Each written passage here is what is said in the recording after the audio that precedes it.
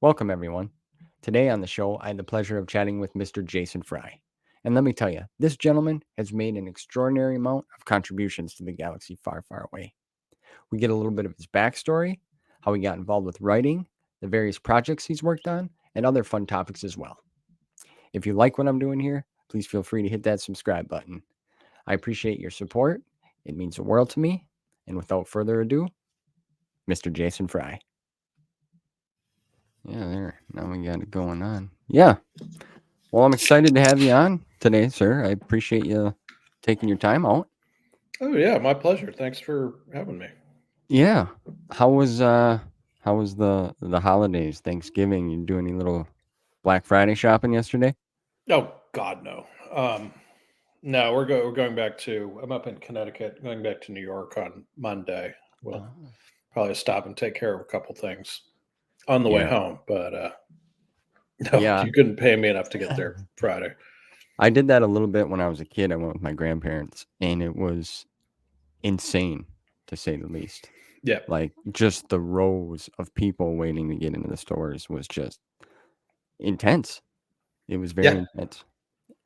But nowadays, I mean, things have changed. Obviously, a lot of people do their shopping online. I do too. So yeah, yep. Me makes three. yep a lot less stressful, we'll say. But I wanted to start off with I had a conversation with Mr. Hanley, and he was Hmm. telling me that he had purchased a toy collection from you Yeah, a that's bit right. back. Yeah, and he was all excited about it. And then he was like, "But when I received it all, there were some figures missing arms, and some of the heads were missing." And I'm like, well, Mr. Fry probably had some intense battles with them figures. No, they weren't missing nothing. They weren't Yeah, missing yeah. nothing. Um, but and then also Mr. Stewart. I talked to Sean Stewart recently, and he said he appreciated and wanted to thank you for the note from Ahsoka to Scout. Oh yeah, yeah, yeah. Yeah, Oh, that's fun. yeah, he really enjoyed that. Yeah, So I was at Legends Con and got to meet a few Star Wars authors I'd never met before, who I really admired. Um, and Sean was one of them. So it was that was really great. yeah, he's a fantastic, fantastic gentleman. Our conversation was fun and very insightful. Yeah. Oh, Hmm. yeah. That's right. You went to Legends Con too. Yeah, That's yeah, how was that experience for you? You've been to cons before and yeah, celebration. yeah. It was a wonderful con. It was super positive. Um, Unfortunately, the kind of EU versus new canon can sometimes be not positive, but Right. no, but this con was wonderfully positive. It was beautifully put together. The organizers worked incredibly hard and were terrific people. Um, they had a great guest list, even accounting for having made the mistake of inviting me. And Oh, come the on. fans were great. So yeah, I hope they do it again. Highly Yeah, recommend it to everyone. that's what I've heard. The folks that put that together did a great job. A lot of hard work. Yeah, I an was enormous amount of hard work, but yeah, really, really, really wonderful team that put that together. yeah. I'd love to go, and I hope everything that I've heard about it's been positive, like you said, and was a Yep. great experience. So look forward to more in the future, and that's a good thing for Star Wars in general. Yeah, agree, 100%. That is well said. But your career, sir, has been extraordinary. I mean, even outside of Star Wars, you have a fascinating career. And it is just wild to think of all the pieces that you've played with in the Star Wars galaxy. Like, you're one of the few authors, I believe, that you've touched in all different areas. The Clone Wars, the original trilogy, the new canon, the old canon. Like, Yeah, it's been a wild ride for you. yeah, it's very Johnny Cash. I've been everywhere, man, and an enormous amount of fun. Like I say all the time that getting to write Star Wars, getting to be part of Star Wars storytelling is, you pinch yourself daily that you get to do this. Yeah, it's an immense privilege, one that shame on me if I ever take it for granted. It's also just been an enormous amount of fun. Yeah. There are a lot of intellectual properties out there that have tons of books and other stories, and I am willing to bet the people who write for them, some of them who, come in as fans may wind up regretting that. Because when I started writing Star Wars, I mean, one thing I was very aware of is I was going to kind of know how the sausage got made. And sometimes that can make you fall out of love with something, because you see it as a business, you see all the moving parts. But since becoming a Star Wars writer, I like Star Wars even more. To a person, everyone I have ever dealt with is also a gigantic, big, dorky fan of Star Wars and wants the best for it and sees it as a responsibility. And yeah, it's been wonderful. Yeah, that's great to hear. I mean, and you've worked with, I mean, you've co-written things with people, and you've got to work with a wide variety of talented individuals, which has also got to be fun. Yeah, and with Lucasfilm too, the publishing team. I mean, now led by Mike Siglane, the Jen Heddle, very front and center there. There were folks before their day too who were also wonderful. Working with Story Group. I mean, they're an amazing group of people, and it's a heck of a net to get to do your kind of high wire act with, because they've really got you to help you tell the best story you can, whether through the editing or eventually, shaping this, or earlier than that, shaping the story, or eventually, getting it out in the world. So, being an author is a funny thing. Like, you're the only person who gets your name on the book, but that's utterly unfair, because it's such a huge team that makes any book work. And to reduce that down to one person is it is not justice, put it that way. And I think any responsible author will admit that, and Yeah, make sure you never forget it. yeah, that's true. Yeah, I've noticed too.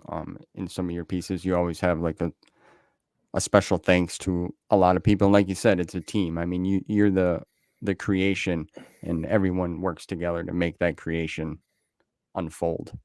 Yeah, I mean, yeah, I got to do that for the Last Jedi novelization. The acknowledgments were huge, because Yeah, I was like, this is the most high profile thing I've ever done, and I'd been thinking back over everyone who helped get me there, and there was a lot of names, and I was in terror of having missed somebody, but it was actually a really, really nice thing to get to do, because it reminded me just how lucky I'd been, and how many thanks I owed people. So yeah, yeah, it that's was, good. and I don't think I forgot anybody, or at I least just imagine if you had to give that speech live or something. Hey, trying to remember a bunch of yeah, names. yeah, I it'd be a little terrifying. Yeah, I was gonna say, well, now that you brought up The Last Jedi, I was gonna say, how was that like process? Because like that had to be pretty intense. Go, like, did you get copies of the script? Because I believe there was some additional material that you had put in to the novelization, correct? Yeah, a really key. It was a wonderful experience.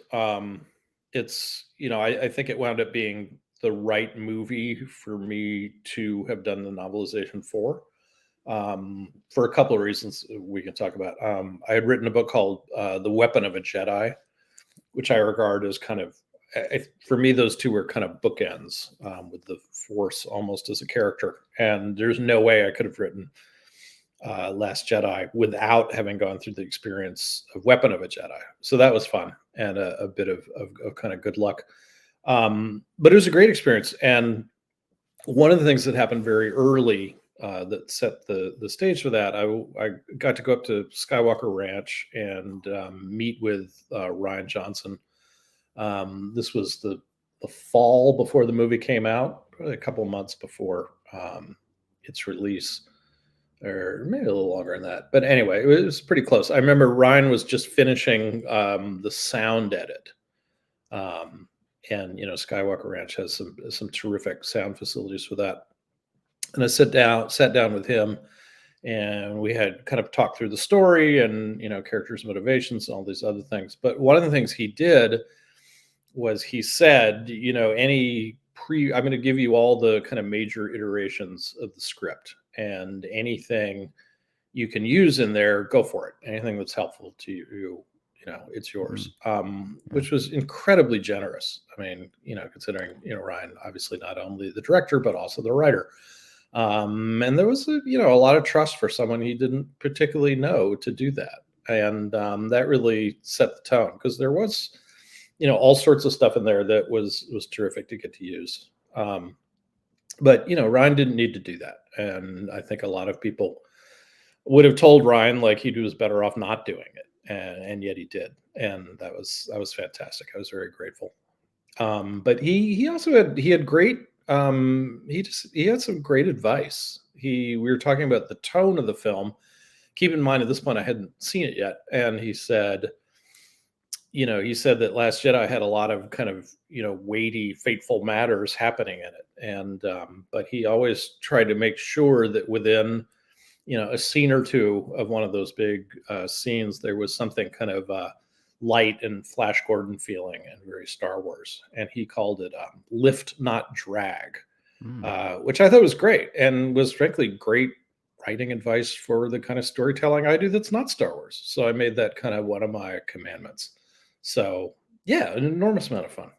Yeah. And you mentioned Weapon of a Jedi Mhm. about Luke. And going to the continuity thing. So you got to write prior and then also in the new canon. So I would assume that that's quite the experience to try to create new stories with some of the pivotal characters that we have, which that's a great book, by the way. It's on the Thank you. shelf. I enjoyed that. It was fun. But I would just assume that it was like there was a massive, maybe some weight on your shoulders, even especially with the novelization for The Last Jedi, just trying to boost these characters out there.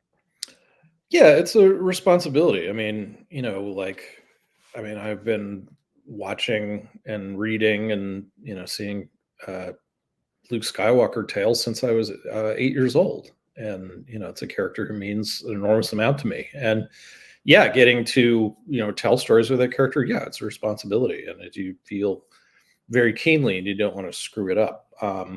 You can't let it freeze you. You've got to do what you do, or that's not going to work. But the thing about Weapon of a Jedi that is fun is that I've been a Star Wars fan now for um, oh God, don't make me do math this early, Yeah. for nearly No, 50 years. And but if you asked me, I would have said that I was really more of a Han guy than a Luke guy.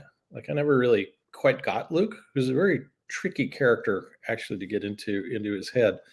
But I thought at the end of A New Hope that Luke should have gone off with Han Solo and been a space pirate. Because oh, that would have been interesting. yeah, I mean, how did you seem like they had much more fun? Instead, Luke was going to become a soldier and like hang around and take orders. I was like, why do you want to do that? Like, just go be a space pirate. So, fortunately, Luke himself didn't feel that way. But that was kind of my mindset. And so when it came to Weapon of a Jedi, I took myself to sort of Luke boot camp, I called it. Watched New Hope and then Empire and Jedi, watching, really kind of focusing on the character and thinking about the character. And he's George Lucas, obviously that's where the story comes from, but also Mark Hamill. Like Mark Hamill was the one who brought that character to life, and that was really fun to do. And one of the keys to it actually is it's an anecdote people may have heard before, but during the filming of A New Hope, they're doing the scene where they finally catch up with R2D2, and C-3PO is going on like, "You're a fortunate Master Luke doesn't blast you to a million pieces." And so Hamill recounts how he played that scene very angrily the first time they did it, and Lucas was like, "Cut." Hamill's looking over like, "What did I do wrong?" And Lucas was like, it's not, no, it's not that big a deal. Like, gently. Relax a little bit. Hamill's like, okay. After a couple of takes, they still weren't getting it. And so Hamill decided to play it just ridiculously understated, like he was like barely even awake, just so Lucas could see like that he was getting it wrong, and then they'd find common ground. And so he did that, and Lucas was like, "That's perfect," and that's the cut that's in the movie. And then Hamill was like, "Oh, after that, I kind of got Luke and got George and went from there, and it worked for me too." I was like, "Okay." There's a wonderful piece of fan discussion that really helped. And somebody said that Luke is gentle. He's really not the action hero you expect. He's gentle, and I thought that's absolutely right. And think about think about what you see him do and where you see him succeed and where you see him fail. Like the one time he's most like a traditional action hero is the end of Empire, when he, blows off his teacher and leaps in his fighter and goes off to face Darth Vader and save his friends. And it's a complete disaster. His friends wind up saving him. So that was Yeah. good. That was Luke boot camp, but also kind of the Force boot camp. Like the Weapon of a Jedi really hinges on the Force almost being a character in the story as well. And that experience. I'm still a Han guy, but I felt like I could be on Team Luke, and that was absolutely critical for the Last Jedi, which has that same sense of the Force as a character, kind of directing events or trying to, and of course, features the death of Luke Skywalker, which, as you might imagine, was a pretty Detrimental for a powerful lot. writer Yeah. moment to know you're going to write. Yeah. So, Yeah. yeah. Oh, it's great fun. That's interesting. Can you just imagine what it would have been like to be back 1977 while they were filming that, and just being a fly on the wall to see all the things and some of the fun they had? And oh man, I can just imagine that. We can get close. I highly recommend anyone listening who hasn't read it, go get The Making of Star Wars. J.W. Rinsler's. It's that big kind of silver coffee table book. Oh yeah, it's that big Um, color. Yeah. yeah, because one thing it captures really, really well is it's almost impossible, even those of us who are sufficiently old that we remember a time before Star Wars, but it's almost impossible to get a sense of Star Wars before it was this massive phenomenon. And that book actually does it really, really well and makes clear, just how much pressure they were under and how unlikely it is that everything worked out. And yeah, it's like a thrilling read on its own, just about movie making, even if you don't know Star Wars. So yeah, check Yeah. it out. And hey, Yeah. there are even Luke Skywalker insights in it. Yeah, I think that's a great. Yeah, Mr. Winsler had a lot of insights on things, and he was very good at documentation, from my understanding, and a Yeah, researcher. he was part of that editorial team that was immensely good to me. Yeah, he was fabulous. Miss him every day. Yeah. Oh, so you've worked with him or talked with Oh him yeah, through the years? Yeah. Okay. yeah. I wasn't sure. I know you've had a lot of folks that you've worked with through the years, but I wasn't sure. You got the laundry list, a grocery list Yeah. of uh, you know compliments and things along the lines, and I'm gonna have to pick that book up. That's one I do not have. But I have The Making of Star Wars on VHS tape. Hmm. I don't know if anybody's got VHS players still, but I still have that. I'm sure it's on YouTube. Yep, Yeah. I remember when that came out, being thrilled to see that too. But you mentioned going back a little bit as a kid, about 8 years old, you saw Star Wars for the first time, Yeah. right? You were captivated. So Han Solo, I would assume in space, the space battles and such is kind of what grabbed your attention at that age. Oh, it was everything. One of the things you can't replicate now that Star Wars is a phenomenon was the Princess Leia's little ship going overhead, and then the Star Destroyer chasing her that just keeps going and going Yep. and going and going Yeah. across the screen. And by the time I saw the engines of that second ship, my life was different, and I knew it. It was just, it was such a fun story, and the world building was fascinating. It was a lived-in universe, a concept I was too young to have, but somehow grasped on some level. And also the story was super fun, but it had depths to it. And you could sense that even as an 8-year-old, because by the time we're 8, we've consumed a whole lot of stories. We actually have a pretty good understanding of how they worked. But I knew it was about trust and community and making one's claim to be part of something, and good and evil and tough decisions and all these things. And yeah, and then Empire, of course, just showed that beyond a shadow of a doubt by taking that story and making it far deeper and richer, and taking it in places we hadn't imagined it could go. So yeah, I just loved it and threw myself into it, and Bought as many $1.99 Kenner action figures as I could get, some of which wound up with Rich Handley, and went from there. You don't still collect, do you? I do actually. I do. Well, you I do. now. Oh yeah, but I stick to the small 3 3/4 inch figures, and I nowadays I just buy what I want. Um, Yeah, though I tend to want most of everything. it. That's how it That is and the with me big too. Millennium Falcon, when they redid the Millennium Falcon at the giant scale, my wife and I had an agreement there were no vehicles in the house because we live in a Brooklyn apartment and there's not room for that sort of thing. But I want an exception for the big Millennium Falcon. I was like, this is like literally everything I always wanted as a Yeah, child that now exists. I gotta have it. that's awesome. I don't have the big scale one. Yeah. I have the Power of the Force Oh yeah. Millennium Falcon, and I finally got that a year ago. But as a kid, I never. I mean, it was out of the price range for the family, and some of the stuff Yep. was pretty pricey back then too. Yep. But I finally got it, and I have the original box, and the gentleman that I bought the collection from actually worked at a toy store. So Oh cool. he kept everything in, but he just was tired of moving it around if he moved. You know how it goes. As a collector, it's a lot of work when you got to pack things up or rearrange. But like yourself, it's hard not to buy everything. And my wife is like, "Well, we might have to talk about this." Yeah. Yeah. I just got my what was it? Hera and Chopper came from Amazon from the Ahsoka versions. I was like, oh, Nice. cool. There we go. Very nice. Yeah, I'm waiting for Balin Skull. I'm excited for Yeah, that Black Series figure to come I'll out. get there. Yeah. Yeah, and going back to Star Wars at a young age, yeah, for me as well, it was just you just got it, kinda, if that makes Mhm. sense. You just understood it. It always made me feel safe. It was just fun. I never was scared. I used to watch it every night before I went to bed, threw it in the Yeah, VHS tape, let it play through, wake up in the morning, just eject it out.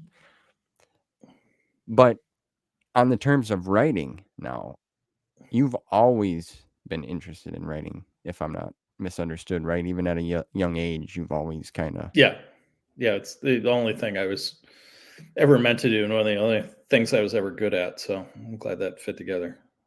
Now, did you get some influence from your mother? She was a teacher?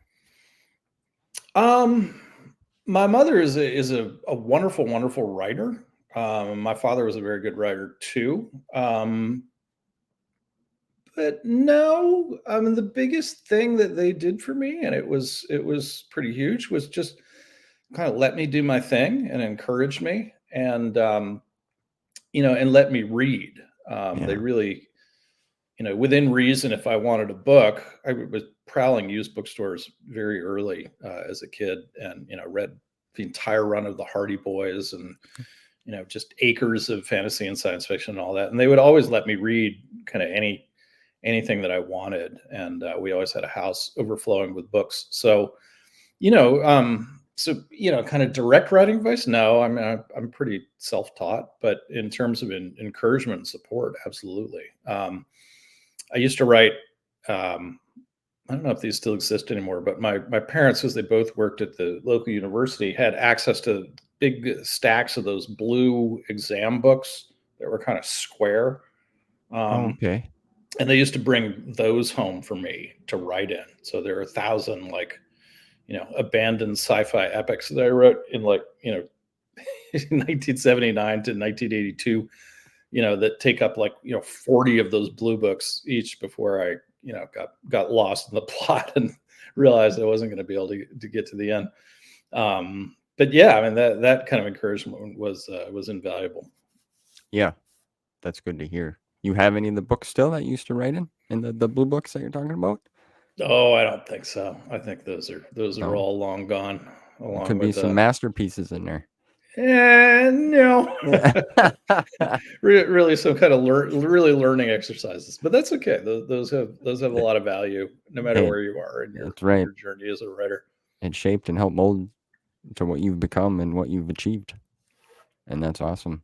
Yeah, my mom still hasn't been to some of my old schoolwork and papers that I used to write in, and it's funny. Um, I was a big Def Leppard. Well, I am a big Def Leppard fan on the music Mhm. side of things. But one of the questions on the sheets was, "What's love to you?" and this was in elementary school, and I wrote on there "Love Bites" from the Hysteria album. Yeah. They showed me that, and it's like, oh, I can't believe you still got. Imagine what my teacher thought. So going through, your journey and growing up and being involved in Star Wars, did that lead you to other types of genres, like fantasy or other space operas? Like were you a fan of Lost in Space, other types of shows along those lines? Yes and no. Um, one thing I think that it's easy to miss with so many entertainment opportunities now is there really weren't that many choices when I was a kid. Yeah, Um, if like a movie, if like a big movie came to like ABC on Sunday night as part of their fall lineup, like I mean, a really astonishing portion of people would watch it. It's just what you did. Um, Same thing for big sporting events. Like it was like deliberately strange to not watch the Super Bowl because that's what you did. yeah. So I watched Battlestar Galactica, the original, and Buck Rogers, and all that stuff. But um, liking them was almost kind of beside the point. It was just like, if you, you were a kid, that's of course what you did because that's what Which everybody was going to talk about. Um, and but I mean, one thing I did do, I started to be a little older when I engaged with it this way, but eventually I did. Is like one of the amazing things about Star Wars is the way it's this kind of melting pot of all sorts of storytelling. I mean, it's famously, it's basically the blueprint of a Western. Um, it's other things too. It's kind of a road movie. It's a World War II kind of buddy epic. Um, there's a lot of Kurosawa in there, etc.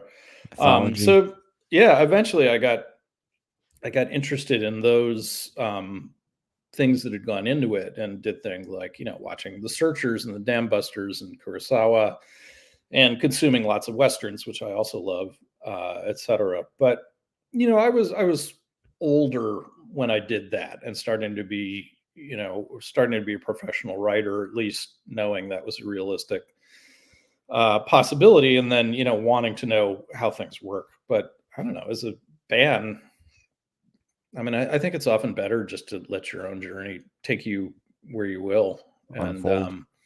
yeah, and then you wind up stitching your influences together in ways that they're absolutely unique.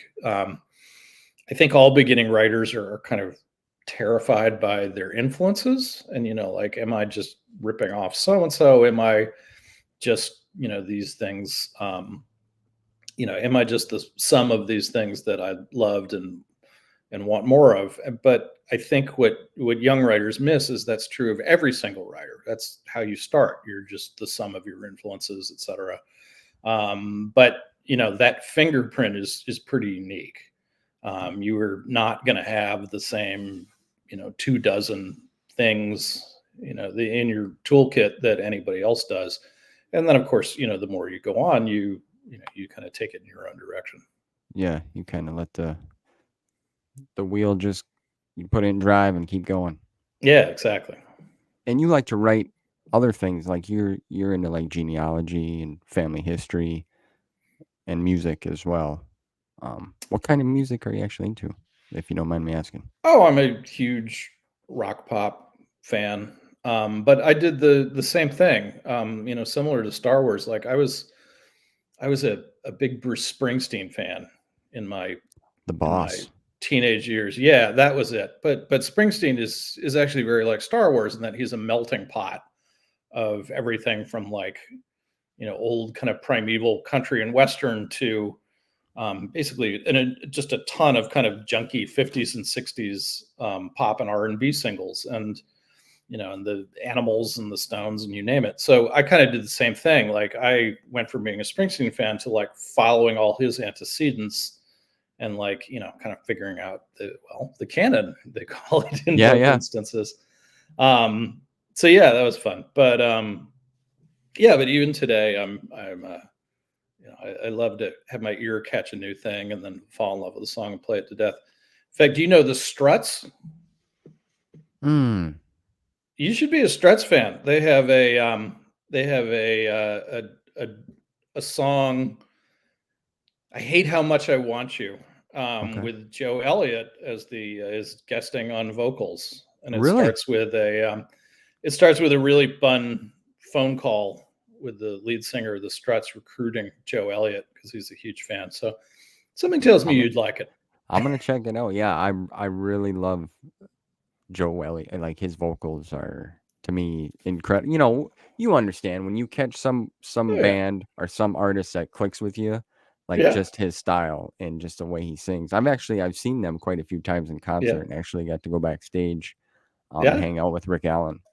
Oh my Yeah. God, that's amazing. Yeah, I think Phil Collin is that the Yeah, guitarist? he's the lead one of them. Yep. Yeah, Phil and I didn't Collin. put the S on it because I know what I'm talking about. Yep. I think he's on that track too.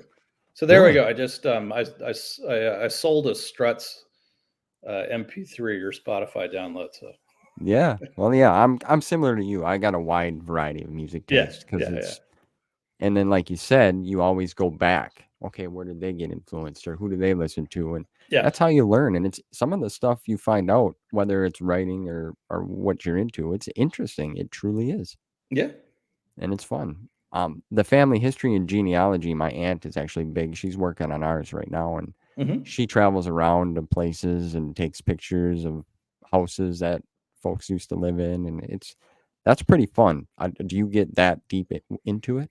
Oh yeah, yeah, yeah. I love in the we'll try not to turn this into a whole genealogy segment, but I think in the beginning the temptation is to see genealogy like baseball cards. You're kind of collecting Collect. people with their little basic stats, etc. It took me a while to realize that what really moved me was trying to get a sense of how people lived and what their world was like. So yeah, places that have been strands of my family were from and spent generations there. Like I love going there, not only to scour the historic society for more information, but just to get around and see places and know that people who are literally quite literally still a part of you, that this area, this view, these fields, etc., meant everything to them. And i think that's really I It's think that's interesting. really fun to do and special. Yeah, yeah, I didn't mean to jump off topic, but it's just fun also to No, see I other love it. things that you're into, and so other folks out there that are a fan of yours can say, "Hey, well, he does a wide variety of things." And yeah, family history and genealogy is very interesting, especially when you get old photos of family Oh yeah. members and see what their hairstyles and what they wore. It's like, woo, Well, and pray that people wrote the names on the back. yep, Like, yeah. hey, anyone out there listening, like write the names on the back of your old photos, please. I have a bunch from members of the family that there's no names on them. So, who are these people? We'll never What know. you make up a name. um, Going into the Star Wars Insider, well, first, before we jump into that, when did Mhm. you initially, we'll say, get drafted to become a writer with Star Wars? Oh my goodness, it would have been the late 90s. Um, and back then you would kind of get approved first. There was kind of a general approval, um, which I really pulled off. I try to explain this to people, and then a lot of them don't want to hear it. But people look at me and see that I'm a massive fan, and they get very excited because they think that's the path to being a Star Wars writer, and it's really not. Actually, my fandom was kind of a coincidence. I mean, I got approved because I was a professional writer. I was working for the Wall Street Journal online, and I had extensive experience as a daily, and then in the early years of the web as a kind of hourly journalist. So people knew I could do all the things that, as the editor on a project, you desperately need. They knew I could hit deadlines, I could work with other people, I could turn in work that was accurate, clean, etc. So my fandom was almost kind of was almost an accident of circumstance. Anyway, I got approved. I actually got approved for the old West End Games Adventure Journal, which doesn't exist anymore. But I was going to write a bunch of things with Dan Wallace, who I'd become friends with because we were both Star Wars geography nerds.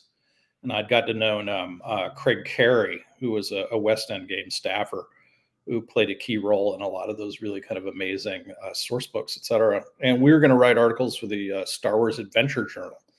One of the first ones we had planned was we were going to do a gazetteer of Corellian space, which someone else eventually did, but we didn't get to it. But then West End Games, believe it or not, was this kind of offshoot of a shoe company in Pennsylvania, and like the one part of the business kind of over leveraged the other, and everything kind of went belly up. And I was just crushed. I was like, that was my chance.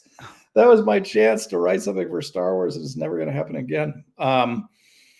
But the Star Wars Insider needed a new books columnist, and I got that gig, as well as writing for something called Star Wars Gamer, which existed only briefly and did role-playing stuff. But the insider job was wonderful because, once a month I would talk to a Star Wars author about their work. And it was not only about the story, but also like how they did it. So as a young writer with ambitions, it was terrific. You could basically talk to people who had actually done it and pick their brains about how.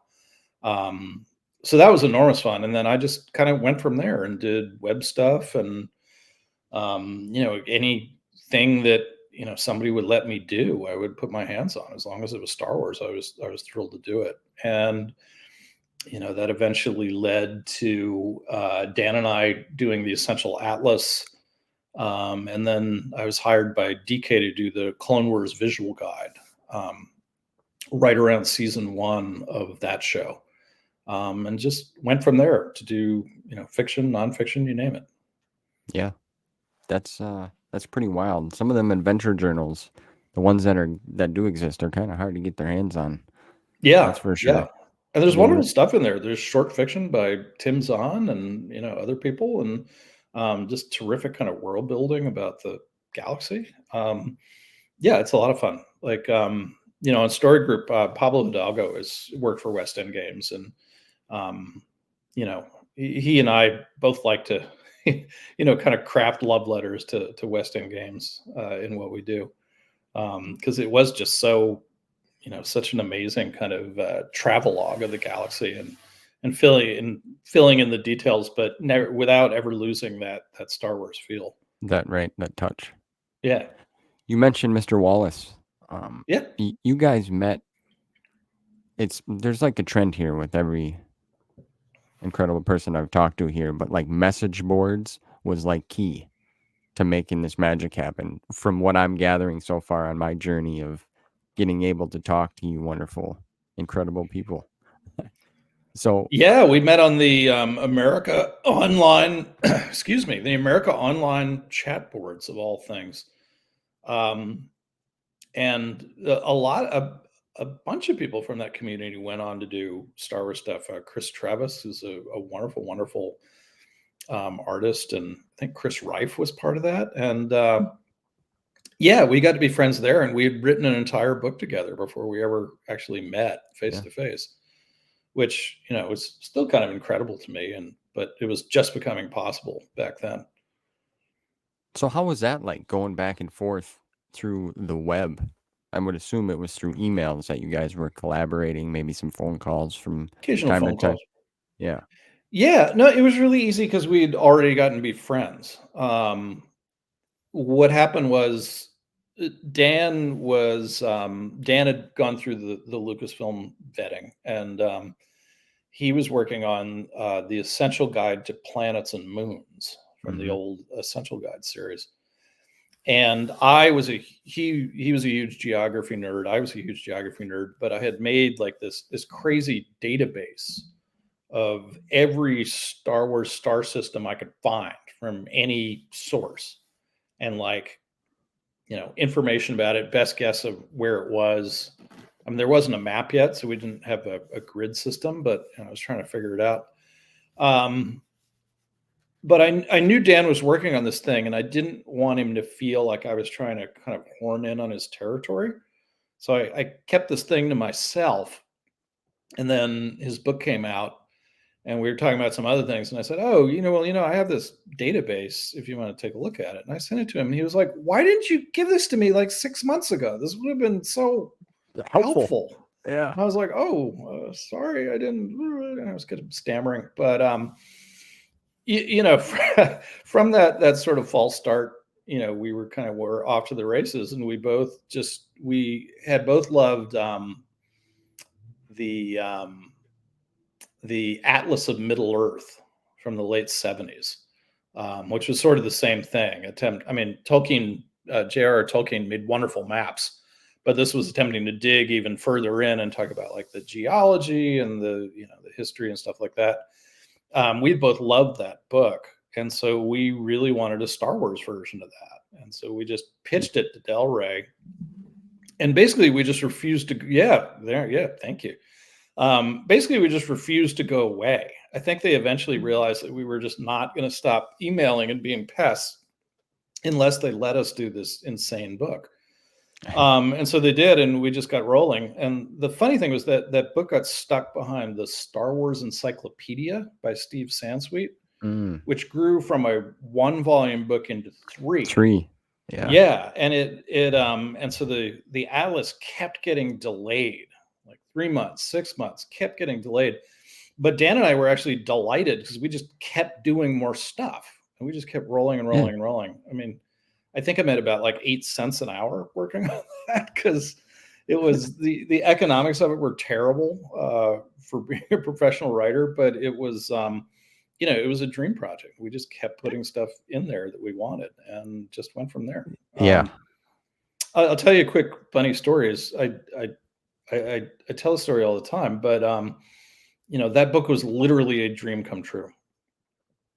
And I do mean literally. I'm not using literally in the overwrought sense that it's used.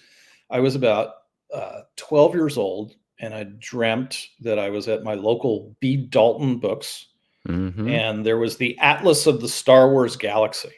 And I picked it up and was reading it and bought it and was so excited. And I woke up, and I had that funny thing that happens sometimes where your brain's a little fuzzy on what you dreamt and what's actually going on. So I was in middle school, and I was thinking about my day, and I had school and then, track practice. And I was like, oh, but that's fine, because I'm going to come home and I'm going to read my cool new Star Wars book that I'm so excited about. And then it was like it hit by an anvil. I realized the book didn't exist. I just dreamt it.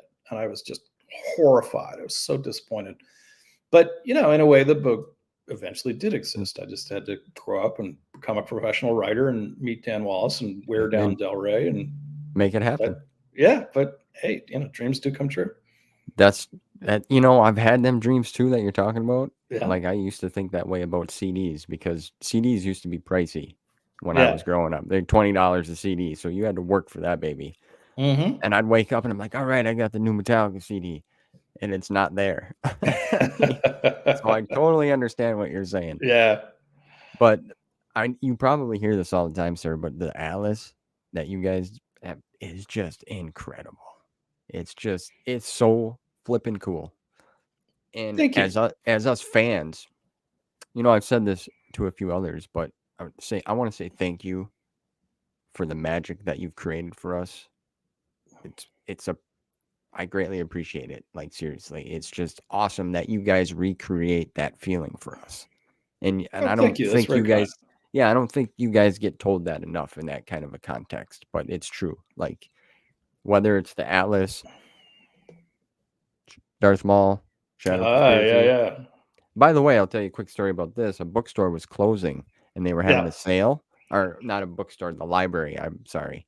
So this is actually from a library. Oh yeah. And it's hardcover and it's it's hardbound. Oh, yes, that's cool. Yes, Yeah. it is. It's very cool. So I'm like super excited for that. But going back to the Atlas and the database, like there was some late nights, I would assume, because what you guys put in here is just wild. So Yeah, how was that journey for you doing that? endless, but endless in a good way.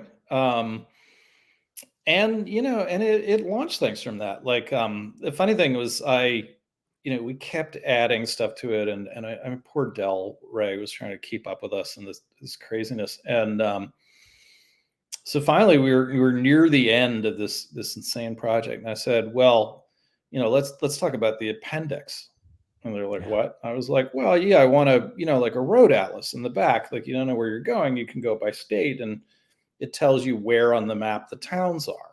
And I said, yeah, I want to do that for Star Wars. And our editor on it said, well, how many star systems are you talking? And I said, all of them. And he was like, how many is all of them? Yeah. And I think at the time it was like 4,600. And, I knew he wanted to strangle me, but he very calmly was like, okay, let's see if there's a way to even do that. And we went at it, and yeah, and there's the appendix in the back, which is still a living document. We Yeah. have updated it for several times for the official site, and continue working on that for new canon. I mean, it underpinned. We did a map for Celebration a couple of years back, with Legends and new canon stuff on there, because geographically, I never saw the faintest difference between them. It didn't matter. Yeah. And continue to work on that all the time with some future adventures yet to come. Oh, good to hear. Yeah, it's incredible. And going from the Atlas, you mentioned the Clone Wars. You've worked on the encyclopedia. Oh yeah, Show that off. yeah, very fun book. And the visual guide right Yeah, there. yeah. There's my baby. That was Yep. here. Hold that up a sec. There's a funny Yes, story sir. about that. That was my ticket. The way the New York Times bestseller list used to work. It used to just be you could put that down. I'm gonna hold it the rest of the time. No, I go on. I wouldn't recommend that. The list used to be just fiction and nonfiction. That's what it was. But they actually changed it after like the first 6 things on the fiction list were all Harry Potter books. Yeah. Which I think the masters of literary fiction got upset about. And so they started breaking down the list into a whole bunch of categories, but there was like a crazy number of categories. And so the list, the week that book came out, like the category was seriously like square white hardback tie-in science fiction books. And so it was like number 2 on it. But I was like, oh my God, I'm a New York Times bestselling author. And let's just not think about the asterisk on there. Right. But it was actually, it was in the paper that way.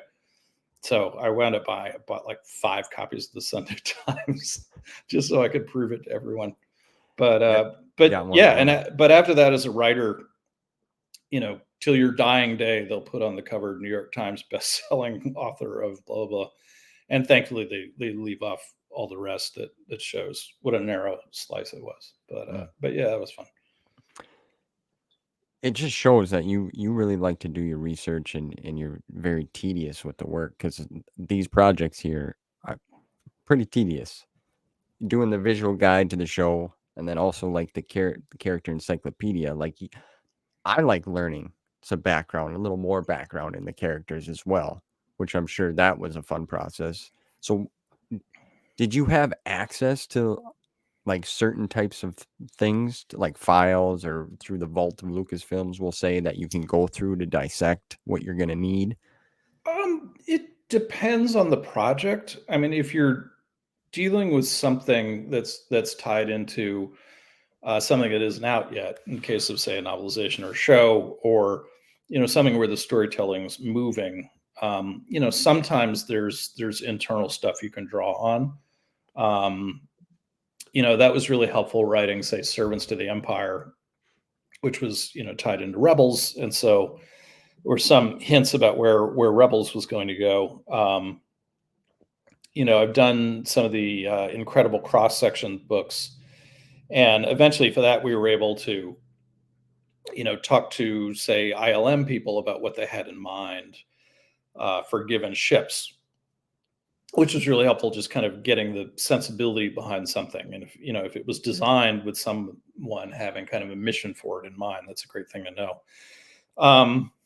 But for the most part, it's sort of out. It's basically out there, and I know this stuff pretty well. But also where you don't have that information, you make it up, and that's part of the fun of it. But there's it's an interesting kind of more art than science thing. Like, Yeah. you want to make it up. Like, ideally, all these books let us kind of see around corners from the action we've seen on the screen or that we've read, and let us take a few more steps into that universe you love. But you want to be careful. You want it to be consistent, and you want it to suggest more storytelling rather than closing stuff off. Like, that's an interesting part of the education of any IP writer. Like, one of the key commands is you avoid superlatives. You know, Yeah. don't create the fastest starship in the galaxy, unless somebody's talking about the Falcon, where you'll kind of get away with it. Or, don't don't create the most powerful force user ever. Like, things like that. You know, it was the first time Princess Leia had ever ridden on a speeder bike. Like, things like that seem harmless, but they're actually closing storytelling off. Hmm. They're either preventing stories from being told that somebody else is going to come up with, or else they're creating kind of continuity errors that may throw the reader out of it. So that's been an interesting lesson. So you kind of let things be a little blurry now and then, and that'll maximize the number of stories we get in the future, which is what we all want. Yeah. The more the merrier, in my Yeah, opinion. exactly. And what I like too, because it's a big galaxy, Yep. and the Atlas shows that. Yep. So going back, you got your start with the Star Wars Insider, doing the column. You got to interview some good people and have some conversations. Jude Watson was one of them. Hmm. You did that on the Jedi Apprentice and the Quest books. What was that experience like, talking with her at that time? Um, I mean, I don't specifically remember the interview. It's been a very long time. But what I really loved about Jude's work was she was when that series, the Jedi Apprentice series, gets going, and when it kind of finds its legs, because she didn't write the first two in that series, Dave Wolverton Dave did. Overton, yeah. Yeah, but once it really kicks in, you really get the sense of a story that's being told over, you know, literally dozens of volumes. And that was really interesting, is kind of feeling that pace and thinking about crafting that experience for the reader, but also, how that changes your approach as a writer. If a character's arc, in this case, Obi-Wan, as well as Qui-Gon, though, Master and Apprentice. But if a character's arc is suddenly so much bigger than one book, how do you approach that? And I really admired the way Jude did that, and was curious how. And so that was a really interesting conversation. Yeah, I suppose it was very insightful for you too to understand how, because you've read all of them, I would assume. Yeah. Yeah, yeah, Yeah, it's fantastic series. yeah. It was Oh, great. they're wonderful. Yeah, for young adult books, it's like she captured it in a way where it's that and also adults. If Yep. if you understand what I'm trying to say. It Yeah. was great. You also got to talk with Mr. Salvadore about Hmm. the new Jedi Order, Vector Yes, Prime. indeed. I, how was that experience for That you? was one of the first things I was kind of trusted with, because that first book was gonna kill off Chewbacca, and it was going to be a big thing. And so, I read that one in manuscript, and talked to Bob, and I'm sure there were people out there waiting for me to screw up and leak their big secret, at which point I'd be out of a job Yeah, and yeah, never hired again. But I didn't. That was interesting. Just, I mean, Bob was a hugely experienced fantasy writer already. So he was not intimidated by the stakes here or the audience or anything like that. But as unfortunately always happens in Star Wars, not because of Star Wars, because it's a huge IP with fans of every stripe. There were a lot of fans who were really upset about killing Chewie. Chewbacca, and they, a very, very small segment of them took it out on Bob, and who was like, "You've got to be kidding me!" And so he was, unfortunately, one of several authors to get a rough reception from fans who needed to kind of to go home and rethink their lives. Yeah, there you go. So that was kind of a bummer, but he was wonderful, and he was wonderful. He was great to talk to, and he was very conscious of what he'd been asked to do and how to do it in a way that made it had weight, made you're killing off a beloved character, to how to make that work. But also, like any writer has to, not to be intimidated by it, and you've got a job to do, and you better pull it off. Yeah. I probably thought back to that when I, had to write Luke Skywalker dying, which, I mean, granted, it was an adaptation of a movie, so it was it wasn't just me; it was me kind of stepping in to recount that story in a slightly different way. But still, I was still like, oh my god, this is the end of Luke Skywalker. How are we going to do this? Yeah, that that must have been. I'm trying to think of the right way to say this, because Mr. Salvatore got a lot of crap for that, to my understanding. Like, I just got involved with the knowing of the expanded universe Yeah. like 2 years ago. So I've been reading for like 2 years nonstop. Yeah, I bet. Yeah. I'm currently in the new Jedi Order series. Yeah. Me and a couple local friends we got a little book club, and we get together once a week and talk about it. So I had already known about Chewbacca dying, but they had no idea. Oh, So cool. it was interesting for me to see their perspective of how they reacted. And I'm honestly, the way that he captured it, I shed some tears. I cried over some of these books. I'm not gonna lie. Oh yeah, no, he does it wonderfully. I'm not a bullshitter. Some of these, because we're connected with these characters. Yeah. But for you guys read Star by Star yet? That's what we're on right now. Oh yeah, that's a wonderful book. Yeah. With a huge emotional moment in it. I can't put it down. Honestly, Yeah. I don't know how far along they are. We try to set a limit to how many chapters to read a week. I love reading. I'd rather read sometimes than watch television. So I'm on chapter 16, and it's really good. It's this is my first book that I've read by Troy Denning too. Yeah. So yeah, Star by Star is wonderful, and Trader, which launched Matt Stover, also just a phenomenal book. Yeah, some great things in that series. Yeah. Well, have you read all of the material? Like all of most of? Yeah. Excuse me. Okay, wasn't sure. I would assume so, but I just figured I'd ask. Sometimes folks only read so much and they get burned out, take a break, and then go back. But honestly, I haven't been burned out of it at all. I mean, it's just all wonderful. There's a lot of great material through the years. So, and that's what I've read it all, and I'm still super excited to know something new is coming. And like I just read The Eye of Darkness, the latest High Republic novel by George Mann. It's great. It's really, really, really fun. Yeah, that's what I've been hearing. It's the plot cooks, and you are drawn into the characters and really become invested with them. And it's a terrific book. But but my favorite Star Wars book of all time is still Han Solo at Star's End, which came out in, I think, 1979. As part of the OG expanded universe. The OOG. yeah. So love all the revisiting all the old stuff, but really, really look forward to all the new stuff too. Yeah, it's exciting. You recently worked on the timeline too. Star Wars timelines. In fact, that's my Monday mission. I'm going to go by Costco. According to, by now, pretty well substantiated rumor, there's a edition of Timelines sold by Costco, which has like 8 extra pages and really, and supposedly includes the map,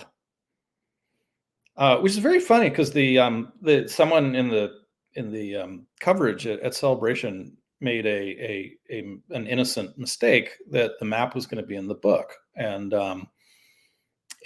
oh gosh, I spent like a year trying to stamp that one out because people were like, "Where's the map?" And I was like, "The map is never going to be in the book. Sorry, it was a mistake." And then and then I suddenly heard like there's this edition of Timelines that has the map in it. I was like, "What? Really? I'm Really? one of the authors. I don't know about this." So I'm going to go investigate this and see if it's true. Um, Wow. I know it's Well, really kind of hilarious. pick I'm me up hoping a it's in copy there. if you find it. We'll see. But yeah. So anyway, that's my mission. So of course my semi Black Friday mission is Star Wars Yeah. related. It's what I do. Yeah, you stay pretty active in your writing career. I know you have your own series that you created, the Jupiter Pirates. Yes. Yeah. Indeed. That sounds like that's Um, very fun. yeah. It was great. It was great. I've written 3 books. I will get to the other 3 at some point. Um, I wish it were sooner than it was, but I have other responsibilities, but I will get there. And that was an interesting one because I mean, Jupiter Pirates, of course, has a bunch of kind of Star Wars DNA. How could it not? Right. But I also consciously thought about what I didn't want to do because I had done it so many times. So like there are no robots in Jupiter Pirates. There are no aliens. It's set in our solar system, so a galaxy not very far away at all. But it's got family secrets and making the right choices, and Yeah. and figuring out what the right thing to do is, which is not always clear and can change on you. As well as space pirates and buried treasure, and all these things that, of course, have been dear to my heart thanks to Star Wars since I was 8. So. Yeah, Um, I heard it's fun, and I heard it's got a lot of positive feedback. Yeah, I've really enjoyed it. It taught me a lot too. I mean, for instance, doing the world building for Jupiter Pirates, constructing kind of a history of centuries of humanity and exploring the solar system, and having to come up with that, as well as like the society on the Jovian moons, how does it work, etc. But I learned something really useful there, like my instinct was to kind of fill it all in and basically, create this kind of encyclopedia that I could go back to answer any question, et cetera. But what I learned is like world building, you're probably better off treating it like matte painting. Like, in a movie, what's the matte painting? It's right behind the action, behind the characters, and you Yep. just paint what you need to do that. You don't paint the horizon all the way out to this point and this point because you don't need it. Just right behind the action. And I think what I learned from Jupiter Pirates is world building works better if you do that. Because if you fill all that in, you've limited yourself. And then you think of a story where you do want to go over there to that part of the horizon, and sometimes you can't do it because you already did before you needed to. So that was an interesting lesson, one I brought back into Star Wars. Like, do I need to define that? Do I need to explore that for this project? And if I do, terrific. There'll be some great help at Lucasfilm and Disney to do that. But if I don't, let's leave it out.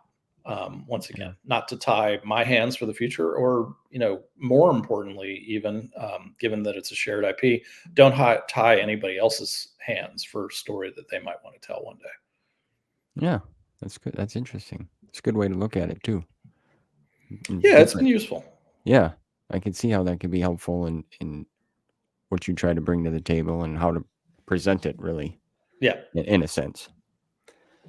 Going back to the 2014, we mentioned earlier that there's always mixed emotions and feelings inside of things. How did that affect you, if you don't mind me asking? Like, was there a big change for you? Oh, for the Legends new canon shift? Yeah. Um, there were a couple of things kind of went through my mind, and then that I had to that I kind of wrestled with a little bit. Um, I was fine with it, to be honest, but because because I had engaged in Star Wars storytelling for a long time, I think my perspective was maybe a little different. Like, when I was a kid, one of the first EU books was Splinter of the Mind's Eye, Yeah. which was Luke, on the jungle planet Mimban. He winds up fighting Darth Vader in a saber duel, cuts off Vader's arm, and survives, though just barely. Um, so we had that. I think that was 1978, 1979, and hugely influential on Weapon of a Jedi, by the way, which we can talk about later if you want. Yeah. But we also, in the Marvel comics, Luke faced Darth Vader on the planet Monastery as part of a scheme by Sister Demina Tagg, who has come back into new canon comics, which is kind of cool. Wow.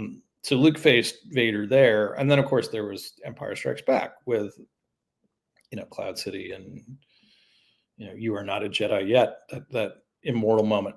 So already it's May 1980. You already have 3 stories of Luke facing Darth Vader with a lightsaber, and each of them feels like the first time. How do you make that work? Yeah. If you're doing continuity, you can make all 3 of them work, but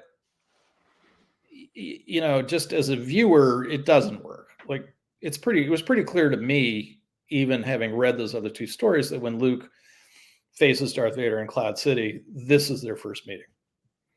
So, okay, then what does that mean? And well, I thought about it, and just think about like even the Old West and like, shootouts that say Jesse James was in, or think about like the number of houses that George Washington has slept in. Yeah.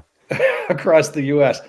This history is flexible, and myth making starts super early. And so I always had the idea that every backwater planet, every little landing field spaceport planet was going to have a Luke and Vader story, or was going to have the story of how Boba Fett got intercepted with Han and carbonite here, or something like that.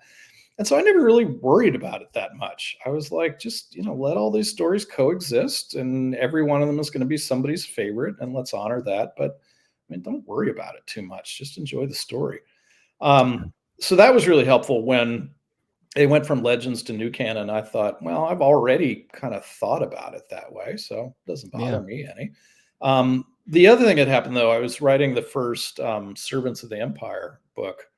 And that was the first thing I was doing after the switch. And I had a scene early on where Zer Leonis and a friend of his they're basically train spotting. They're watching TIE fighters go overhead, and they're figuring out, like, from the sound what model it is and stuff like that. And I knew in Legends like what the engine parts were, or I probably didn't know it, but I knew how to look it up. Yeah, get it, right. And I asked a story group, I was like, okay, is this still the same? Like, is the engine stabilizer still a T3 706 or whatever it is? And they were like, why would we change that? Like, that doesn't make any sense. Like, why would we redo all that stuff?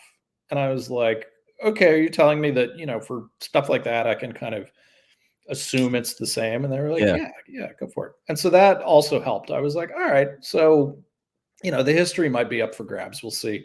But a lot of the foundational stuff is still there. And also, the geography wasn't the same. I mean, I'm sorry, the exact opposite. The geography wasn't changing. Like, they told me very early on in response to some question, like, we used the same map, which is, as someone who had put, an enormous amount of work into that map, Right. I was very relieved. So, between the two, I was like, this is fine. We're going to tell new stories, where we can, where those stories can talk to the old stories, and, where that doesn't make sense, they'll be new, but it's all the same galaxy, the same map, same characters. And all of these will become someone's favorites. Yeah. Right away. But Weapon of a Jedi was very influenced by that, because this was going to be, Luke's first lightsaber duel. And I thought back to, the stories I had grown up with that were Luke's first duel, and I wanted to, I wanted to honor those things. So Luke fights Sarko Plank, and that's the first duel in the climax of Weapon of a Jedi. And he uses a Force-aided gambit that was taken directly from the old Marvels, from a duel that he has with Baron Tag. And I down to the Force telling him what to do, and the motion he uses. I did that on purpose because I wanted to honor that story because it had meant a lot to me. And the reason he fights Sarko in a temple full of pits is from Splinter of the Mind's Eye. And Sarko, in fact, stumbles and falls into a pit, and he senses he's still alive in the exact way it happens to Darth Vader, even down to the steps and the stumbling. Because once again, I wanted to pay honor to that. Yeah, homage to. Yeah. Now, I mean, I probably overdid a little because it was the beginning of new canon and I was kind of self-conscious about it. I don't think I'd do that so exactly now, but I'm happy I did because, they were stories that meant an enormous amount to me. And I knew there were stories that meant an enormous amount to A lot of a bunch people who would read that book. And I wanted them to feel that those stories were valued and still part of the conversation. Yeah, I like that. That's kind of how I mean, I didn't realize that, right? Learning about all this. Like, I've been a fan of Star Wars for a long time, but I didn't realize the books, and there's like, I haven't read all the material or the comics. Yep. As they're hard to get your hands on. Yep. But there's an art to it. Like Weapon of a Jedi, if you don't know any of that, the reading experience shouldn't be any different. Right. I mean, that story's got to work on its own. But, if you do know the lore, hopefully it's a fun little Easter egg to enjoy. But it has to work on both levels. That's sometimes where I think things get into trouble. You don't need a master's degree in Star Wars to watch or read Star Wars. That should never happen. No. Yeah, I've never felt that way. Yeah. It's interesting, it's though, great. like in the New Jedi Order, to talk a little bit about that, is you see characters from previous books showing up and the things are happening. So now I'm understanding that. Like, that's really great that all you creators do that for the people that are heavily invested, because it makes sense. But yeah, you don't need to watch or read to get certain things. I tried to get my wife into it. She watches some of the new shows with me, but when I try to explain to her, she's like, "You lost me." And I'm like, "Well, I lost myself trying to explain it to you." Well, thank you for explaining that, because I've always wondered. I try not to ask anything that may make somebody uncomfortable, especially if they're still writing for the company or the story group or what have you. But yeah, I take it all. It's like, I just let it all flow. It all flows. It feels good. There's there's going to be certain things. The world's not perfect. There's going to be things that we can't enjoy it all. There's going to be ups and downs about everything. Just like Andor. At first, with the show Andor, to talk about that, I was kind of like bummed out because it was a dark show, and I wanted something fun and exciting. But I'm rewatching it after a few conversations with some folks, and I'm actually really enjoying it a lot more. I don't know if you've watched the show. I would assume you've watched it. Oh yeah. Gosh, I loved Andor. Just love it. But I think you've hit on something that particularly folks who've been fans for a long time, I think, are still getting used to.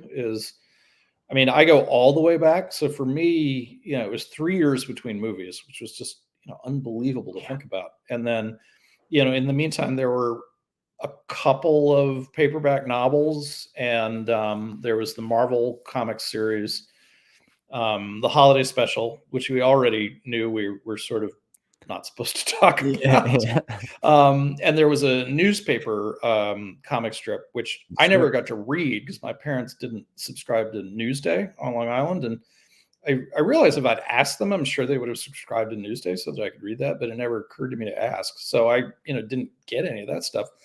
But that was it. And so I think, you don't need to go all that far back, though, to feel this way. I think we're still getting, lots of times we could still think of Star Wars as like each story is this huge event. Yeah. And it's really not, because there's Star Wars. This is a golden age of Star Wars storytelling. There are, more, if you asked me to name all the TV shows, I'd miss one or two, which is kind of incredible. in addition to, video games and, comic series and books. And, the if something doesn't connect with you, like I think we still sometimes like, have these sort of crises of the heart about it. Like, oh, it didn't connect with me. I didn't really like that. Like, what's going on? Is my fandom slipping or whatever? But, it's okay. If something doesn't connect with you, next month there's going to be something else. And hopefully that'll connect with you. And, it's okay. It's okay. Yeah. We can have different reactions. We can kind of pick and choose the stories that, that, that fit with us best. And it's really all right. But I mean, what a great problem to have. I mean, I used to be like, oh my God, there's no way I can wait till 1983 to see how, Luke and Leia and Han's story turns out. Like, how am I possibly gonna make it that far? And, that was the problem. And now, Yeah, the problem is like, this comic didn't really do it for me. Hey, that's that's okay. right. What a great problem to have. Yeah, there's plenty of material, and Yeah. it's ongoing, excuse Yeah. me. Yeah. And that's if you really think about that, it's incredible because not a lot of other fandoms have what we have. I mean, I know you mentioned J.R. Tolkien, Mhm. which was incredible, and he's influenced so many people to do great things, but we only have so much of that, Yeah. and it never really. I love Lord of the Rings too. I think it's a masterpiece in my opinion, and the soundtrack is phenomenal. Yeah. I used to fall asleep to it. Just put it in the CD player. It's just great music. So to think about what we have as Star Wars fans, including yourself, it's just like you said, you just read the new High Republic book and it Yeah. was great. And there's comics coming out all the time and there's TV shows that are happening. I'm excited for the Acolyte. I'm really excited for Yeah. that. I'm looking forward to that a lot.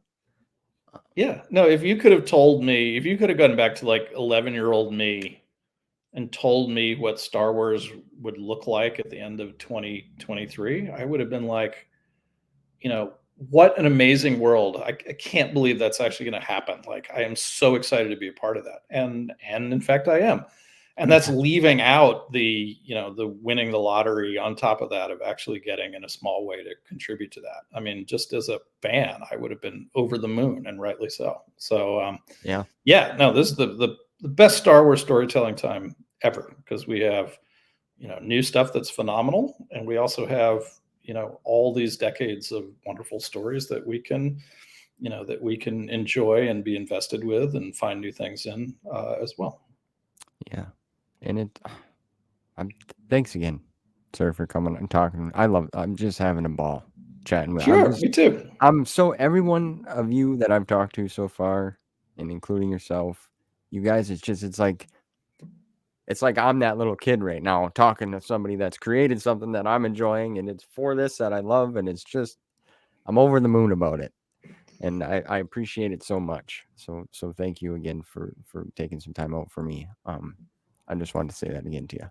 It's Yeah, much no, thank much you, thank appreciated you. because you're a fan, you're a huge fan, and you get to play with this stuff and create it. So I can it's just that's how I feel now talking with you. So it's just Yeah, cool. it's we like some of the authors, and we like to say it's the world's best sandbox. It's full of the coolest toys, and and part of being an author is you have to learn they're not yours.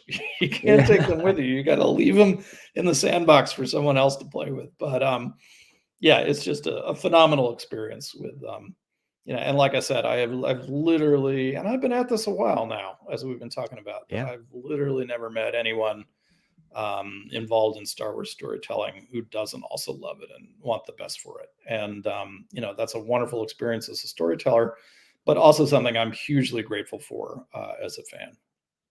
Yeah. Yeah. That's you've done a lot of great things. Um I you just did. You were one of the authors that got to write in all three of the certain point of view novels, Yeah, yeah, which there were three of us, I think. Yeah, no, yeah, that was super fun, and learning to tell kind of stories in a small footprint, and what could you do with them, and I wound up writing three very different stories, which was, a great experience, even though that wasn't my blueprint. That was just sort of what happened. But yeah, but and then even more so, I got to just pick up that book as a fan Yeah. and read through it and see what all these phenomenal authors, some of whom I knew, some of whom I didn't, had done with these little pieces of Return of the Jedi. And oh god, it was great. Yeah. I'd Kernels and Husks. I gotta say, the silo situation there was pretty intense. It's a dark story, Yeah. but sometimes, as the writer Isaac Dennison, she used to say, "Be loyal to the story. Be unswervingly loyal to the story," which was also great advice as Yeah. a young writer. And so, I kind of had to roll with that with Kernels and Huss. I was like, "Oh, wait a minute, this story is really dark and Yeah. unpleasant." And but then you have to say, well, okay, that's the story. If you're going to That's tell that one, be loyal to it and try to make it work. yeah, I was shocked compared to the other two that you did, Yeah, Rendezvous Point and Duty Roster. I was like, well, this one's dark, but yeah, it's yeah. good. But it was good. It was Thank really you, good. thank you. Yeah, I just wanted Yeah, to tell hopefully you the that. next one won't be dark like that. That's Yeah. something to like try now and then, not all the time, but I thought it worked. So during that process, what like did they reach out to you? Was there like a list of you guys got to pick through certain areas or characters that you wanted to try to work with, or is this something that you came up with on your own? For that one, for Jedi, there were a couple of writers had gotten to things that I'd been thinking about, which Mm, was fine. Um, and I think part of being someone who had contributed twice before, I think they knew that I could pick up something and run with it later, which honestly is the way I would do it. I always think, let the new folks have their picks. Particularly new writers to Star Wars, like what really is a first project really lights them up like that as readers. I mean, we're going to get something really special. yeah. So, I was very happy about that. There was the question about when everybody thought I was going to write a third Wedge story, which I would have been happy to do, but the one that Emma wrote, I think is fantastic. And this way I got to enjoy it and take it in without having to actually write it myself, Right. which Yeah. was fantastic. So that was great. I mean, it's a wonderful story. Um, but also, I felt like I had done what I wanted to do there. So I was very happy to go do something else. And so, eventually we got to the dignitaries, who are such a vivid though very brief part of the movie, and figuring out what their story was. And there was some West End Games lore about them. One of them shows up in Rebels, not one of the ones on the shuttle, but a dignitary, etc. But really, it was just kind of letting the story, figuring out the story on my own, what it should be. And I picked that specific guy because he was the one who had a Kenner figure Oh, back in the day. I didn't So know yeah, that. I mean, he was the one who made sense to have it be his story. Mm, So yeah, interesting. my childhood interests are still influencing things today. Yeah, that's cool to hear. I don't like to spoil myself with online stuff. So Yeah, I went into that assuming you were writing another Wedge story. right, right, right. So it took me back for a second when then I realized I'm like, okay, he went in a whole different direction. Don't want to try to spoil it for anyone that hasn't read it yet, but I would definitely check out from a certain point of view Return of the Jedi novel because it's good. It is good. It's got some good stories in there. I'm not keeping you or anything. You got some time yet? You still No, it's good? good.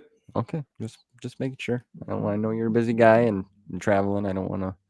I'm having fun chatting with you. Um, so is there any other projects that you're working on right now that you Not really anything I can talk about. Been having a sure? lot of geography back and forth, which always makes me super happy.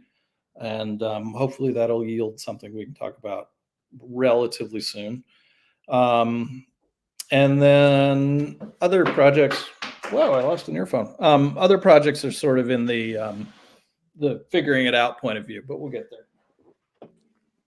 Yeah, I just wasn't sure. I just figured I'd ask. Yeah. I know you're, excuse me, the Jupiter Pirates. I know that's something that you're continuing on with, and I don't Yeah, know. I hope I'll get back to Jupiter Pirates 4, which I've written. I know what the story is. I've got the story written out in pretty fine detail, but haven't actually written the book itself. I'm really hoping I get back to that in, say, the second half of 2024. But always in motion is the future, as a wise Star Wars sage once said. So we'll see. So, I know you thanked your wife um, for the patience working on some of these projects. Yeah. Is your wife a fan as well of Star Wars? Is she She's a fan, but she's kind of a casual? normal world fan, Yeah, healthy fan, whatever you'd want to call it. Like, yeah, but I mean, she and I, we both loved Andor, and she's seen a good chunk of the Clone Wars, but she enjoys the stories for what they were, and doesn't have to get into the every bit of depth of the lore. But yeah. she's very patient when it's 3 a.m. and I'm wrangling something with imaginary planets, even though she's like, I think you really need to go to bed because you have a day job. But Wow. I gotta finish this, so I'm just gonna have one more cup of coffee. We'll be exactly, I got to okay. figure out how this globular cluster fits in with the outer rim. I mean, obviously critical. Great. Yeah, it is. It's very. Yeah. Somebody will notice that. Yeah, my wife is a big supporter too, and Mhm. they I like to see that because I thank my wife too for being patient with me and obviously allowing me to decorate our whole house with. I get to have ships, unlike you. I get to have some ships. But so is she does she do any writing or anything like that with you, or do you read her some of the material that you're trying to work on and she gives you pointers? um, yeah, she's been a reader for me. I'm careful about that with Star Wars because I mean everything is done A microscope, under probably. pretty close Yeah. NDAs. Um, the point where it was really an issue was my my son was a terrific test reader for early Jupiter Pirates and things like that because at the time he was sort of the perfect age for that, and he Yeah. would have been an ideal reader for Weapon of a Jedi, but I couldn't let him read that because he was also at the age where like a little glimpse into episode 7 would have been money at recess. Yeah. So I was like, yeah, sorry, kid, the NDA starts at home, but it's Yeah. that's one of the odder parts of being a storyteller in this galaxy. Yeah. I forget about that it's very they got that kind of under lock and key. So, Yeah, no, it's kind of funny. Like, I mean, I don't have a lot of visibility into what's coming these days, which is fine. It yeah. actually makes the fan experience kind of more fun, Yeah, actually, because better. you don't know everything before it arrives. In but I mean, back when I did know kind of the whole roadmap of what was coming and had read most stuff, I mean, it was actually kind of terrifying because you were constantly having to, before any interview, kind of review in your head like what's out, what's announced, what isn't, so you didn't mess up. Yeah. And sometimes I'd be talking to other writers or folks even at Lucasfilm and feel myself being like super guarded, and then I'd realize, oh wait, these actually are the people who Yeah. also know, and then there'd be this moment of relief, and you could actually just like kind of have conversations. But yeah, I know this is the sort of thing that is a really really tiny violin, so Yeah. it's a sacrifice one is happy to make. Yeah, I could see that would be very stressful knowing everything that's in the works and where you're gonna fit in and try to work Oh with my stuff god, and yeah, I actually did have nightmares about wrecking the end of Last Jedi through some, losing your mind and getting hit in the head or something and like running around Brooklyn screaming that Luke Skywalker projects himself through the Force and then dies. But thankfully I didn't do that. The Yeah. secret held. Wow. Going back to that, when you went to Skywalker Ranch, what was that? Was that the first time you were ever there? Yeah, I'd never been there. It was amazing. Just seeing like the main ranch house, which is just this architectural wonder, um, and an inkling a view of George's mind. Like George designed it as a place with a history, and he wanted the architect to build it that way, as if it were a house that had been added onto in these ways at these times, etc.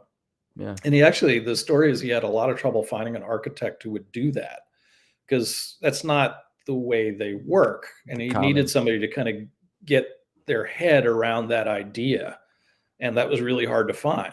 And so that was interesting. We got to duck into the archives up there and see some just amazing things. So yeah, it was, and then talking storytelling with Ryan Johnson. I mean, it was just a pinch me moment after pinch me moment. It was an amazing day. Yeah, that was like a two whammy right there. That was all. Yeah, it also took care of something like for years, people would find out what I would do and they would have two questions and I would just wait for them. First was, have you met George Lucas? The second one was, have you been to Skywalker Ranch? And so for years, my answers were no and no, at which point people, were a lot less interested in what I did. So I at least it was able after that to say yes to the second one. Yeah. Well, that's quite an achievement on its own, getting to visit that. And then also, I mean, Ryan Johnson's very talented. That whole I can say I've met Ryan Johnson. Yeah. And that he's generous and phenomenal and all around terrific. So yeah, that's good. Yeah. Carry on. Wow, man. Yeah, the archives.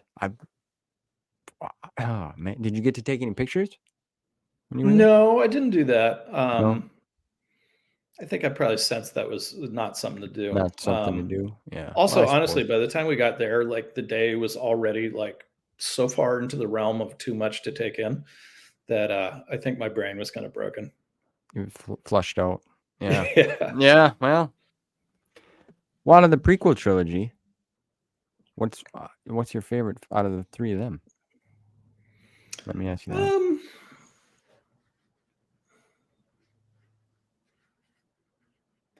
I think what I enjoy more about those is, I mean, we're seeing a very different galaxy. It's really interesting, like all the kind of Art Deco ships. And there's a real kind of palpable feel of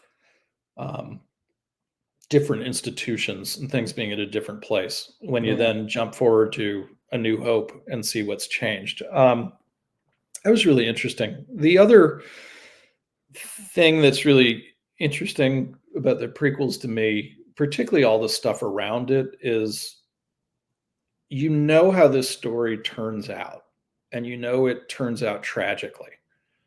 Anakin is going to fall. The good guys are going to lose. The loyal soldiers we come to care about are going to turn out to be pawns in this huge plot. And from a storytelling perspective, that's really interesting. Like, how do you tell these heroic stories knowing there's this shadow over them? Yeah. Yeah, I think the best stories set in that era find interesting ways to wrestle with that. That's interesting. Yeah. Well, because you've done a lot of material in the Clone Wars era. So so I was just curious on the film side of things. Yeah. Out of them, but to look at it that way, yeah. I mean, everybody knew the outcome, but how do we get us there? Yeah. And make it. I know some of them got some slack. Well, all the films always get some slack, right? Everyone's a critic. Sure. But I never really had that much of an issue with even the way Anakin's dialogue. I mean, that was always a big thing. It just seemed kind of in Attack of the Clones. It just when he was with Padme and how they reacted to each other. But then I always thought, well, when you're a teenager, you're not Rico Suave with the ladies, right? So that's just kind of the way I looked at it. So I Yeah. just was curious. I like to jump around. I wasn't gonna ask you about George Lucas. I'm like, I'm not gonna ask that question. I haven't asked anybody that question. But the sky when you brought up Skywalker Ranch, I had no idea you've been there, and it's just I'd love to visit that place too. Yeah. Is it open to the public? Like, do they No, have I don't. it's No, I don't believe no, it's so. not like a tour thing. No, I No, don't quote me on that, but I'm pretty sure not. yeah, I don't I mean, think there's so still either. a huge amount of work goes on up there. So, Yeah. but it Have is you? a beautiful part of the country. If you ever get to take that drive around, I think it's called Lucas Valley Road, though it actually has nothing to do with George. It's a absolutely beautiful drive. So yeah, even Yeah, if there's no tour, it's well worth making the trip. taking her. Yeah, okay, all right. But have you ever had to speak with Dave Filoni or anything when you were working on the Clone Wars? Yeah, I talked to Dave a couple times in all that, and it's he learned literally from the master, and it's really exciting to see where he's now taking the saga. Yeah, And I honestly love that I don't really know what comes next. I mean, Ahsoka, Mandalorian, etc., are giving us some interesting clues, but I don't know. I'll be uh, I'll be out there in front of my TV with everybody else. I'm eager yeah. to take it in. Well, what's your guess? Where do you think it's gonna go? Oh no, I don't engage in that one. Not that one. Okay, No, but fair enough. I'm excited for new planets. There we go. I We'll suppose figure out that's where those go. probably yeah, that was my bad. That was my bad. I should have said it that way. No, I'm all good. excited. I'm excited to see where it goes to. I think what he's been doing so far is incredible.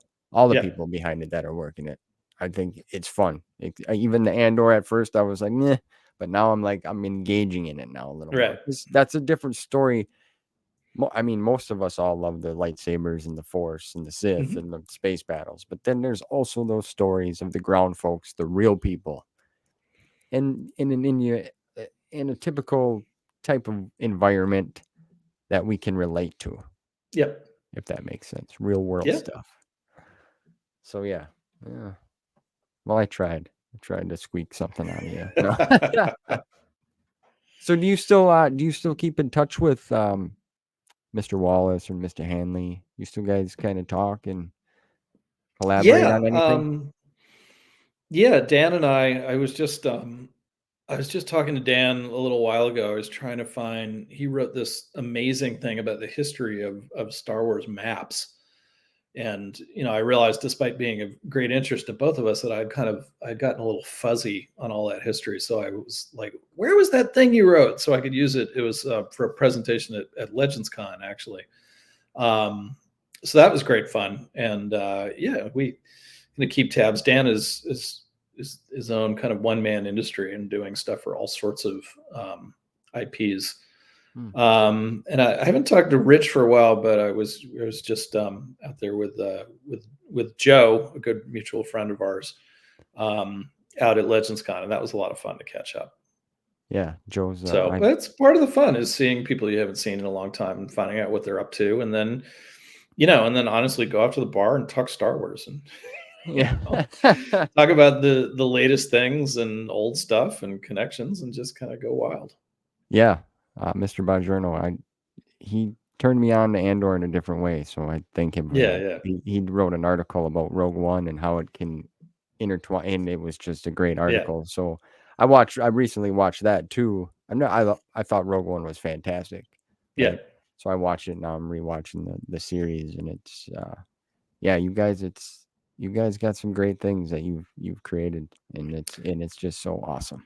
It's funny. I saw that movie with family friends of ours had brought one of their daughters had brought a friend, and it was the first Star Wars thing she'd ever seen.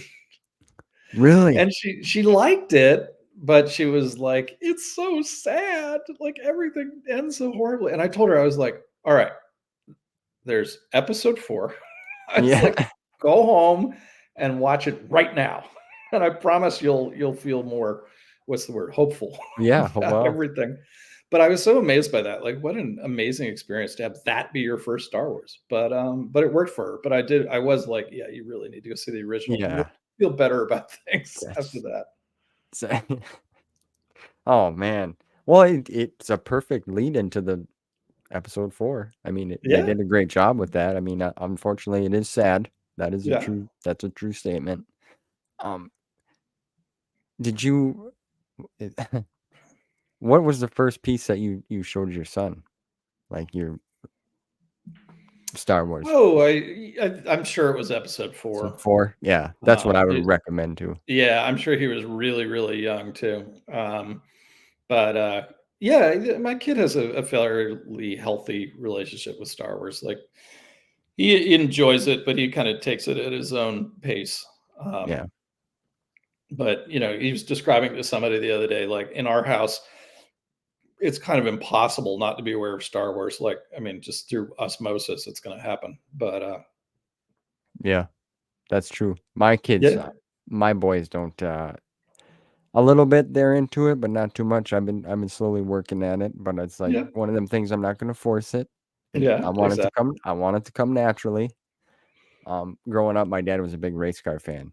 Hmm. So NASCAR was on every Sunday, and he'd come watch it. Come on, it's like no, no. But then I got older, and then I started to get more involved and like it a little more, and so that's what I'm kind of hoping is gonna happen because they're both teenagers, and it's Fortnite and their friends and sports. So Yeah, that's kind of yep. what it revolves around them right now. Um, but you had the chance to dress up as a stormtrooper, from my understanding. Yes. Now, let me ask you. I do a little cosplaying. We'll say nothing fancy, nothing elaborate like what you had to do there, but it was for a good cause that you did that. But what did it feel to put the stormtrooper suit, like an actual suit? Well, I actually, I had bought a suit myself a Oh, long time ago. It was probably the 90s because it was one of the things I most wanted in the world, and I was like, "I'm gonna do it." But this was back when, I mean, there was no licensed anything. I, got it through, like, the bowels of the internet and some costuming group, and they, hooked me up, etcetera, and then I had to put everything together. Um, so I had, of course, if you're going to do that, you're going to put it on and look in the mirror. So I had done that, but I had never been out in the world in it. And then, also being a huge Mets fan, being in my favorite team's home park, dressed in it, that was very strange. It was kind of a nightmare. I only got through it because the 501st members who had lent me a suit, etc., like they got me through it because they knew I was a rookie and would like fall down and be a disaster. So they like had my back quite really? literally and guided me around. And I'm very grateful to them to keep me from making a fool of myself. But yeah, it's amazing. It's you can't see a thing. You can't see anything below kind of your sternum, and that goes out about like 10 feet. Like little kids, particular, come at you and they And then just vanish. yeah. You cannot see them. You can't see your feet. There's no way.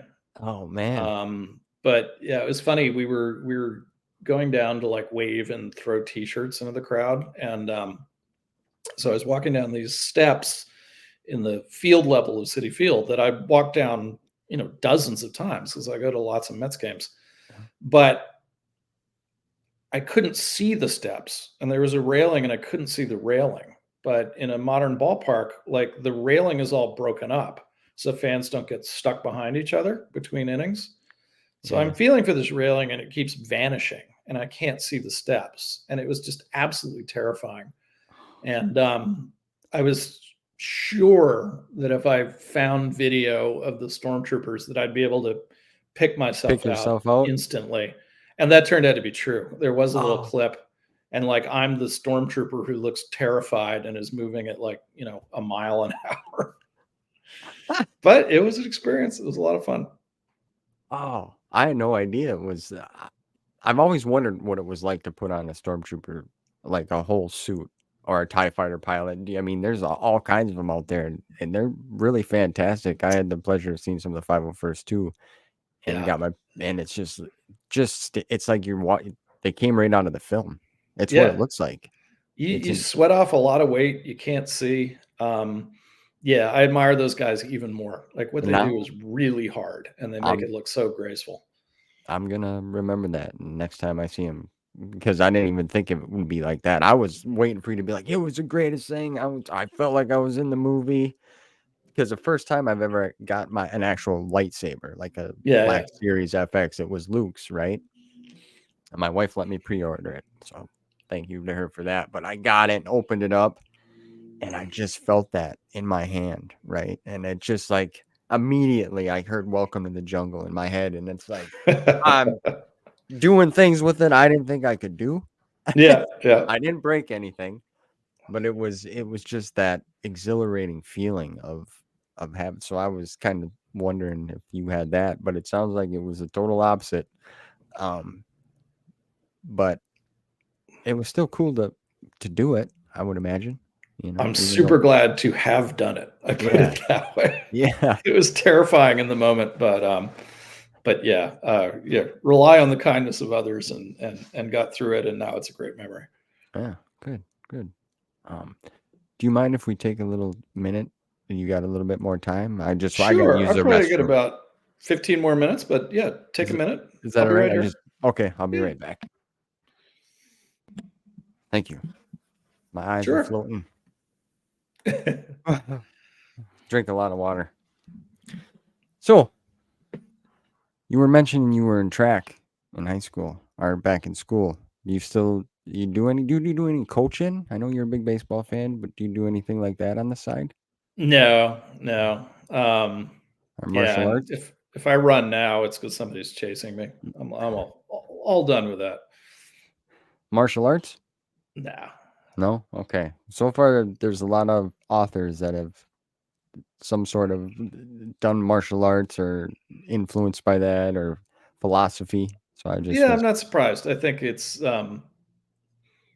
discipline is a huge part of a writer's toolkit, and I think that's a probably a nice way to do it. Plus, plus writing is butt and seat, and so you got to do something to um, avoid letting your physical health go. But yeah, no, no running for me. I did far too much of it as a kid. I'm done kid. with it. Yeah. Yeah, my wife's a runner. She just ran an ultra about a month ago now. So yeah, pretty wild. That's not for me, but yeah, I was just curious. And your approach too to writing, now to writing a young adult to a column. You said you worked for the Journal. Mhm. Um, to an actual novelization. Like, what's your approach that you would take to them? Is there a different style of? I mean, every project is different, and so you have to kind of, figure out what it is and the best way to get there. There's no one map. The lesson I have learned is I no longer just kind of plunge in and find my way. That tends to be too the failure rate is too high. Yeah, So I think it's really important to have like a little outline or a sketch, a little narrative of what you're going to do, kind of in miniature. Um, so I'll do that pretty much for anything I'm going to write, just even if it's just like, 3, 4 little bullet points about how things go. I find that saves me a lot more time. Um, Lets me work out the problems there as opposed to in the writing itself. Um, I've been accused of overdoing it. Eventually, for like Servants of the Empire, I would write these treatments that would, like 9, 10,000 words long for like a 3,000 word book. yeah, And poor Jen Heddle would be like, it'd be simpler if you just wrote the book. Like, I yeah. can't wade through Done all with it. this. Yeah, Um, but I think a lot of writers don't do that because they feel like it's gonna somehow be a straitjacket and get in their way. But mm, I find that's not the case at all. I mean, if I reach something in the treatment and I see another way to do it, or just what I worked out just isn't working for me anymore, that's fine. I just, I go in that new direction and just kind of recalculate. So, it's getting back to geography. It's like having a good road atlas. You yeah. can always decide you're not going to continue down I-5, but you're going to go off on this little road, and that's fine. Take a But it's still detour. a thing to have. Yeah, that's good. Is there a specific time that when you come up with an idea of the day, like do you prefer to write late at night, early in the morning? It doesn't really matter. Yeah, as a professional writer, you're pretty quickly not going to have that luxury. You write whenever you can. I mean, I have a day job again, and Oh yeah, that's yeah, been challenging making that work, particularly because my day job is a lot about content too. So that's something I'm still kind of finding my way on. But yeah, yeah, if you're going to do this for a living, you have to get to the point where if you've got 10 minutes and your laptop, you can make a little progress. I mean, you got to be able to do it. But that's okay. That's all I've ever wanted to do. So, whatever challenges involved with that, I'm all for it. yeah. Do you like the thought of AI? Let me ask you about that. Like AI and Chat GPT. Like, that's kind of being brought up more nowadays. Like, what's your thought behind that? I haven't really played with them. The thing that intrigues me is I think all storytelling works better collaboratively. I mean, that's why they have writers' rooms. Yeah. That's why writers have editors. I'm curious to see with AI tools if I can use them essentially as having somebody on the other side of the net to kind of bounce stuff back Bounce. and Yeah. forth. And I'm curious to see if it can do that. Similarly, like I know some writers who've used it to like diagram out their plots, and that's not something I would hand over to a program, but it'd be kind of fun to have a plot in mind and kind of put it in and see where does the AI take it. There could be some interesting ideas there, or if nothing else, like I like let narratives be a little shaggy, let them have some odd parts in them.